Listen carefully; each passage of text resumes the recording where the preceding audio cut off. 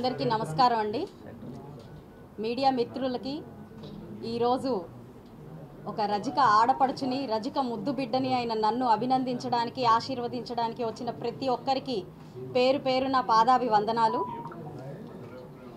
ఈరోజు నన్ను ఒక రజిక కుల స్త్రీగా, ఒక బీసీ మహిళగా గుర్తించి చంద్రబాబు నాయుడు గారు నాకు ఇంత అత్యున్నతమైన ఒక బాధ్యతని నాకు అప్పగించారు.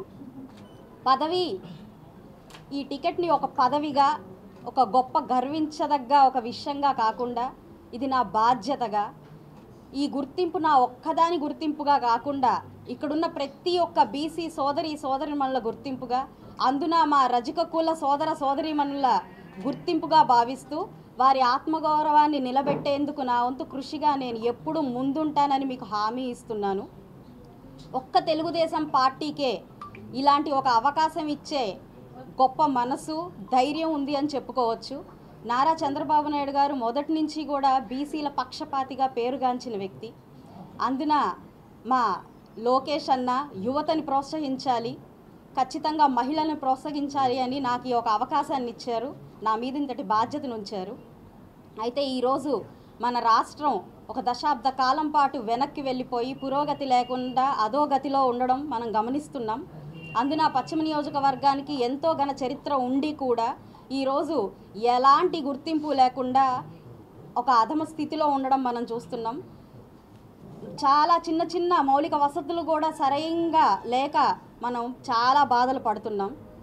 అది ఒక్కటే కాకుండా ఈరోజు నన్ను గుర్తించి నా ఆత్మగౌరవంతో పాటు నా పుట్టినిళ్ళైన నా రజిక కులాన్ని కూడా ప్రతి ఒక్కళ్ళకి ఇది నేను ఒక ఆత్మగౌరవాన్ని అందిస్తానని మీ అందరికీ మీడియా పూర్వకంగా నేను మనవి చేసుకుంటున్నాను.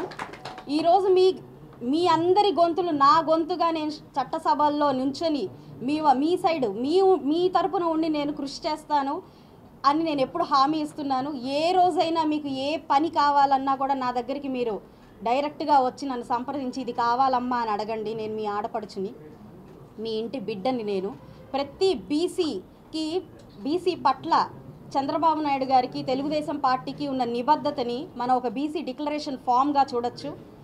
ఇంకా బీసీ చట్టం కింద మనం అర్థం చేసుకోవచ్చు. ఇన్ని అవకాశాలు, ఇన్ని సంక్షేమ పథకాలు ఒక బీసీలకే మన చంద్రబాబు నాయుడు గారు కల్పించారు అంటే తెలుగుదేశం పార్టీ బీసీల పట్ల, అందున రజకుల పట్ల ఎంత ప్రేమ అనుబంధాలతో ఉన్నారో మనందరం ఈరోజు అర్థం చేసుకోవచ్చు. నాకు చట్టసభల్లో టికెట్ ఇవ్వడమే ఇందుకు ముందుగా నిదర్శనం. కాబట్టి ప్రతి ఒక్కరూ కూడా మీరు దీన్ని గుర్తించి ఈరోజు మీరు సరైన నిర్ణయం తీసుకోకపోతే ఖచ్చితంగా మనం అంధకారంలోకి వెళ్ళే పరిస్థితిలో ఉన్నాము. కాబట్టి ఈరోజు కుల, మత, వర్గ భేదాలు లేకుండా, పార్టీల యొక్క భేదాలు లేకుండా మంచి నిర్ణయం తీసుకోవాలి. ప్రతి ఒక్క పౌరుడు వారి ఓటుని ఒక బుల్లెట్ లాగా భావించి సరైన వాళ్ళని చూసి షూట్ చేయాల్సిందిగా నేను కోరుకుంటున్నాను. మీ ఓటు ఎంత అమూల్యమైందో, ఈరోజు ప్రగతికి అది ఎంత అవసరం అవుతుందో మీరందరూ గుర్తించి ఆలోచించి సరైన నిర్ణయం తీసుకోవాల్సిందిగా కోరుకుంటున్నాను. ఖచ్చితంగా కేవలం ఈ రాష్ట్ర అభివృద్ధికి, ఈ కాన్స్టిట్యున్సీ అభివృద్ధి కోసం మాత్రమే ఈరోజు మా సంస్థలన్నీ వదిలేసి ఇలా మీ ప్రజాసేవ కోసం నేను ముందుకొచ్చాను.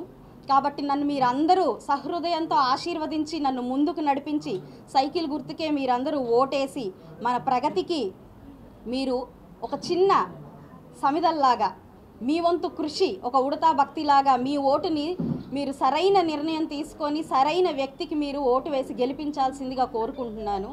నన్ను మీరు గెలిపిస్తే మీకోసం నేను సదా మీ వెంటే ఉంటాను, మీతోనే ఉంటాను. మీ అభివృద్ధే నా లక్ష్యం, మీ అభివృద్ధే నా ఆనందం. ధన్యవాదాలు.